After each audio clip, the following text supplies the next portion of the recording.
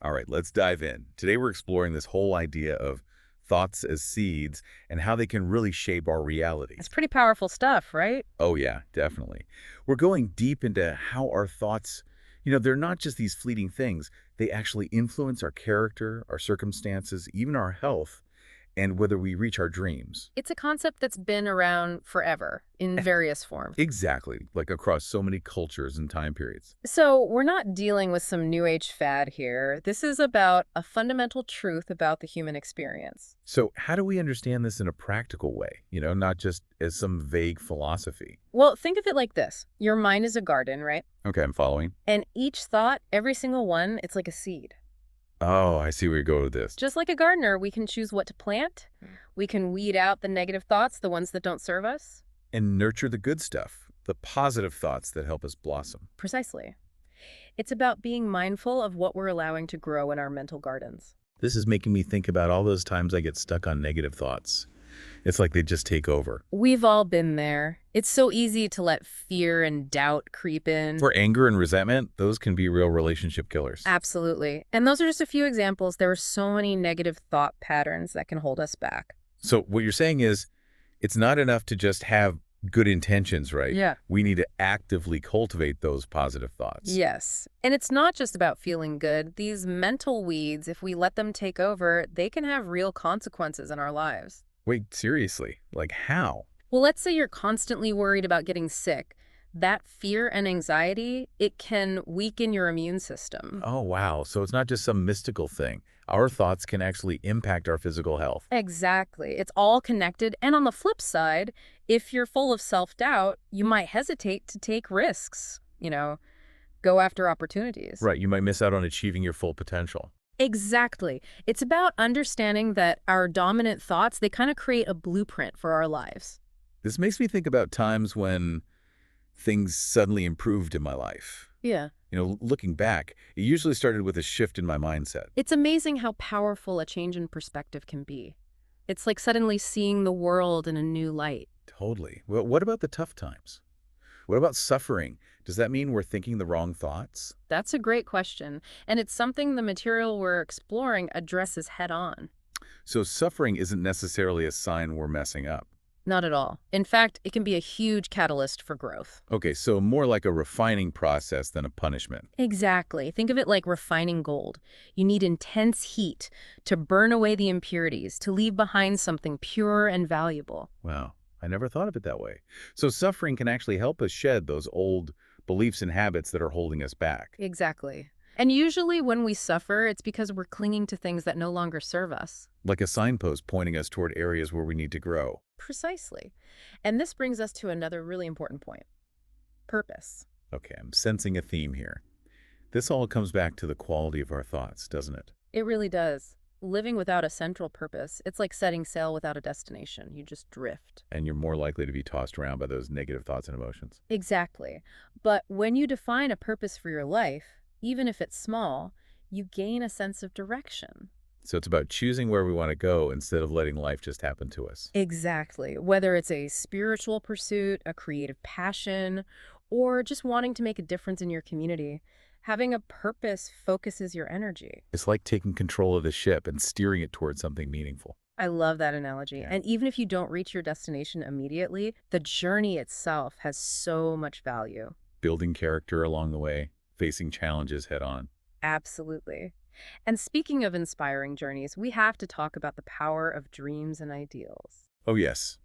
The source material gets pretty poetic about this, Hmm. talking about dreamers as the saviors of the world. It's beautiful, right? They hold the visions that inspire us to reach for something greater. And the message is clear. Nurture those dreams. Cherish them. They're not just fantasies, they're the blueprints for our future. Absolutely. They have the power to transform not only our own lives, but also the world around us. It reminds me of a story in the source material about a guy stuck in a dead-end job. He felt totally unfulfilled, but he had this dream of better life. And he didn't let go of that dream. He used it as fuel to motivate himself. He took action. It wasn't just about wishing things were different, it was about making them different. Exactly. And that's where the real magic happens. It's in the doing, in aligning our actions with our dreams. It must have been tough though, right? There must have been setbacks along the way. Of course. But he didn't let those setbacks define him. He saw them as opportunities to learn and grow. Wow, that's a powerful shift in perspective, turning challenges into stepping stones. Exactly, and that's something we can all learn to do. Success is rarely a straight line. It's about resilience, the ability to bounce back. It's about having that deep sense of purpose and believing in yourself, even when things get tough. And it's about trusting the process, even when the path ahead isn't clear. This is all so inspiring, but I can't help but think about the skeptics out there, the ones who might say this is all just wishful thinking. That's a fair point. And the material acknowledges that skepticism is natural. So how do we approach those who might not be buying into this whole power of thought thing? The key is to simply present the principles and encourage people to try it out for themselves. It's an invitation to experiment. Not about forcing beliefs on anyone, but empowering them to take control of their own minds and see what happens. Precisely. And that's what makes this so compelling. It's about empowering individuals to discover their own incredible potential. I'm feeling really energized by this conversation. Yeah. It's like realizing we have this amazing power within us to shape our own reality. And that's just the beginning. We've only scratched the surface of what's possible when we understand the power of thought. Okay, this is blowing my mind. Let's take a quick break to process all of this, and then we'll be back to explore even more about this incredible power of the mind. Welcome back. We were talking about serenity before the break, how being calm and in control of your thoughts can make a real difference in life. Yeah, but it's easy to talk about serenity, right? How do we actually live it, especially when things get crazy? What's the real benefit? Well, the source material actually digs into this using the business world as an example.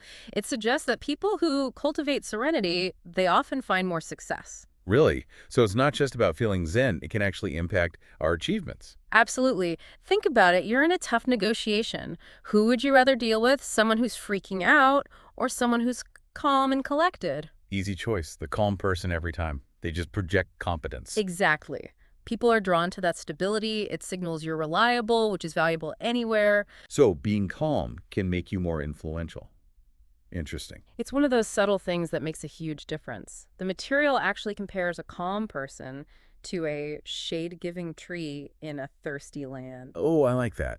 It's like they create a sense of peace and security for everyone around them. And this leads to a big point the material makes. Most people, they really struggle with self-control. Oh yeah, true. We let our emotions run wild, overreact to stuff, get caught up in drama. And according to this material, that lack of self-mastery, that's where a lot of our unhappiness comes from. So we're creating our own inner turmoil. How do we learn to navigate that better, to be more like the captain of our ship? There's this great line, keep your hand firmly on the helm of thought. I like that. It's about recognizing we have a choice, right? We can react impulsively, or we can pause and choose a better response. It's like that garden analogy again. We have to be active gardeners of our minds, weeding out the negative and nurturing the positive. Okay, makes sense, but it sounds like work. How do we stay motivated to do that inner work consistently? Purpose is key. When you have a clear sense of why you're here, what you want to achieve, that makes it easier to focus. So purpose becomes like a compass, directing our energy and our thoughts. Exactly. And it doesn't have to be some grand save the world mission. It can be anything that gives your life meaning. Finding that thing that sparks you, that makes you feel truly alive. And as you move towards that purpose, as you take action, you start to build momentum. Seeing results, getting those little wins, Mhm. it reinforces the belief that we can actually create the life we want. It becomes a positive feedback loop. The more we align our actions with our goals, the more our belief grows. I love that. But what about those who just don't believe it's possible? The ones who say, this is all just wishful thinking.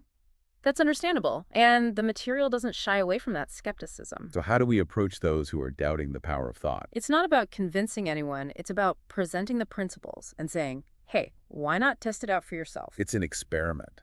See if these ideas hold true in your own life. Exactly, and that's what's so cool about this philosophy. It's about empowering you to take control, to see what your mind is capable of. I'm really feeling that sense of empowerment. It's like, wow, we can actually shape our reality. And we've only just begun. There's so much more to discover about the power of our thoughts. All right, I'm ready for more. But first, let's take a short break to let all this sink in. We'll be right back to wrap up our deep dive into the incredible power of the mind.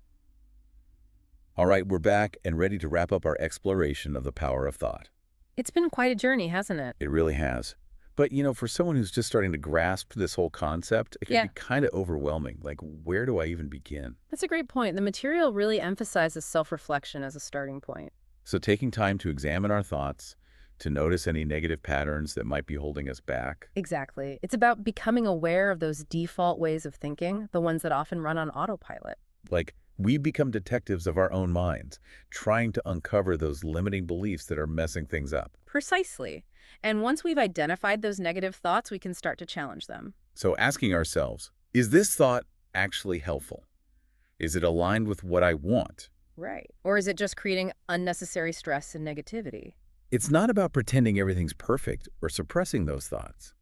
It's about consciously choosing thoughts that support our well-being and growth. That's the key. The material uses this analogy of weeding a garden. To make space for beautiful flowers and fruits, you got to pull out the weeds. Makes sense. But to be honest, it sounds like a lot of effort. How do we keep up with this whole thought management thing, stay motivated? Well, that's where purpose comes in. Having a clear sense of why you're here, what you want to achieve, that makes it so much easier to stay focused. So our purpose acts like a guide, directing our thoughts and actions towards something meaningful. Precisely. And remember, it doesn't have to be this huge world-changing thing. It can be something simple, something personal that lights you up. Finding that thing that makes you feel alive and using that as fuel. And as you pursue that purpose, as you take action, you start to see results. And those results, they strengthen our belief that we can actually create the life we want. It becomes a beautiful cycle. The more we act in alignment with our aspirations, the more we believe in ourselves and the power of our thoughts. It all starts to click into place. And that brings us to the end of our deep dive today. It's been a pleasure exploring these ideas with you. It really has. And I want to leave our listeners with something to ponder. Imagine for a moment, what if your thoughts were consistently aligned with your dreams, with your highest aspirations? What would your life look like then? It's an incredibly empowering question to consider, isn't it? It really is. And that's the beauty of it all. You have the power within you to choose those thoughts, to cultivate the mindset that supports your dreams, and to create a reality that reflects your true potential. Thanks for joining us on this deep dive.